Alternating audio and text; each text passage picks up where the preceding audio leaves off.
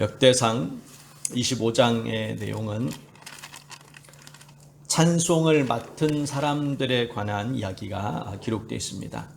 24장은 제사장의 직분을 맡은 사람들이 24반열대로 한 주씩 한 반열씩 그렇게 한 반열에 한 주씩 제사를 지냈다면은 오늘 25장은 24반열을 또 이제 만들어 찬송하는 사람들이 24반열대로 같이 한 반열에 한 주씩 그렇게 같이 동참을 했습니다. 제사장은 한 주 동안 제사를 드리고 오늘 25장에 나와 있는 찬송하는 사람들도 같이 이렇게 제비를 뽑아서 한 주씩 하나님을 찬송하는 그러한 찬송하는 사람들에 관한 이야기가 기록되어 있습니다. 다윗은 찬송하는 것을 굉장히 중요시 여겼습니다. 제사와 함께 이렇게 찬송하는 그러한 사람들을 조직을 해서 찬양대를 이제 만들어서 찬양을 하도록 그렇게 하나님 앞에 예배 가운데에 드리도록 만들었다는 겁니다. 찬양은 굉장히 중요한 부분이 있는 이유가 뭐냐면은 하나님께서 우리를 창조하신 목적 중에 가장 큰 이유가 바로 이사야 43장 말씀에 있는 것처럼 이 백성은 나를 위하여 지었나니 나의 찬송을 부르게 하려 함이다 라고 말씀을 하고 있습니다. 우리 창조 목적, 하나님께서 인간을 목적 창조하신 이유, 아담과 하와를 창조하시고 하나님의 백성을 선택하신 이유가 바로 찬송을 부르게 하시기 위해서 예배를 드리고 찬송도 함께 부르도록 만드시기 위해서 그렇게 우리를 만드셨다라고 말씀합니다. 찬양은 하나님의 마음을 감동시킬 뿐만 아니라 우리의 마음속에도 위로와 힘을 줍니다. 노래라고 다 하나님이 기뻐하신 노래는 아닙니다. 노래라는 이 가사, 이 곡 중에는 사람을 즐겁게 만드는 노래가 있고 마귀가 좋아하는 노래가 있고 하나님이 좋아하고 기뻐하시는 노래가 있습니다. 오늘 13절 말씀의 마지막에 보면 이런 말씀이 있습니다.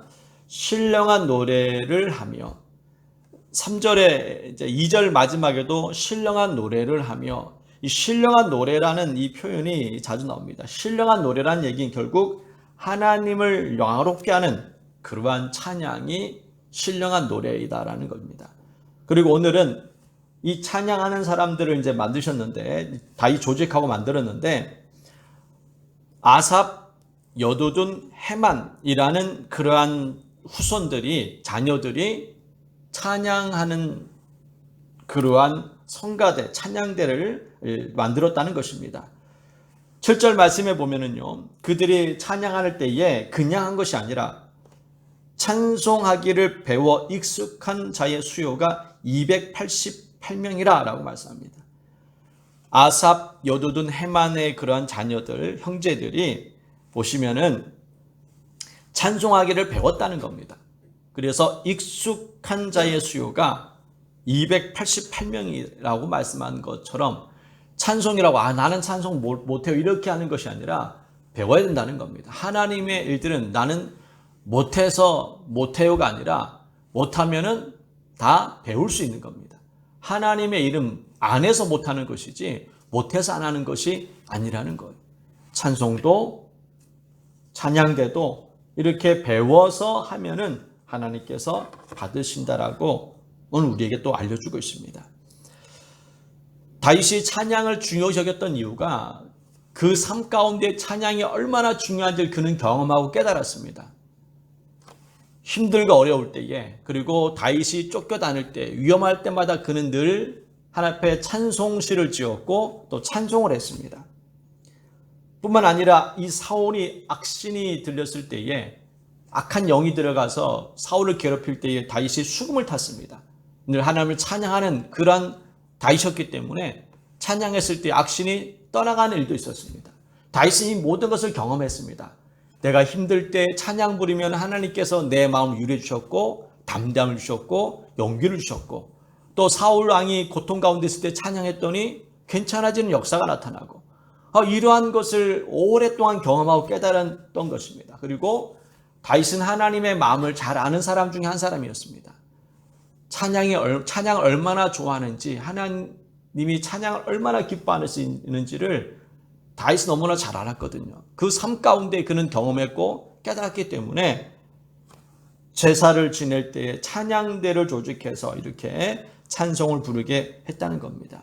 신령한 노래로 하나님께 감사하며 찬송을 부리는 사람들만 그렇게 뽑아가지고 이렇게 하나님 앞에 찬양을 드렸던 것을 보면서 우리도 오늘 25장 말씀을 통해서 오늘 하루 여러분이 해야 될 일은, 순종해야 될 일은 찬송을 많이 이렇게 듣고 부르신다면은 여러분의 마음의 치료가, 여러분의 삶 속에 소망이 생기는 줄 믿습니다. 우리 시편 147편 한번 찾아보고 말씀을 정리하겠습니다. 시편 147편 말씀 한번 찾아보시고 제가 한번 읽어드릴게요. 한번 찾아보시고 908페이지입니다. 구약성경 908페이지 시편 147편 1절부터 3절 말씀 제가 읽겠습니다. 제가 한번 읽어볼게요. 찾아주신 분도 한번 찾아보십시오. 147편 1절부터 3절 말씀을 제가 읽을 때 여러분도 찾으셨으면 같이 읽으시기 바랍니다. 제가 읽겠습니다. 할렐루야. 우리 하나님을 찬양하는 일이 선함이요 찬송하는 일이 아름답고 마땅하도다. 여호와께서 예루살렘을 세우시며 이스라엘의 흩어진 자들을 모으시며 상심한 자들을 고치시며 그들의 상처를 싸매시는도다. 아멘. 찬송하는 일이 아름답다. 그리고 마땅하다. 라고 말씀합니다. 이 찬송하는 일이 왜 아름답고 마땅하냐? 아마 이 말씀은 전체 찬송에 관한 이야기이기 때문에 연결되는 부분이 있습니다. 왜냐? 하나님께서는 흩어진 자들을 모으시고 상심한 자들을 고치시고 그들의 상처를 싸매시는 분이기 때문에 우리가 하나님을 찬양할 때 이런 역사가 나타날 줄 믿습니다.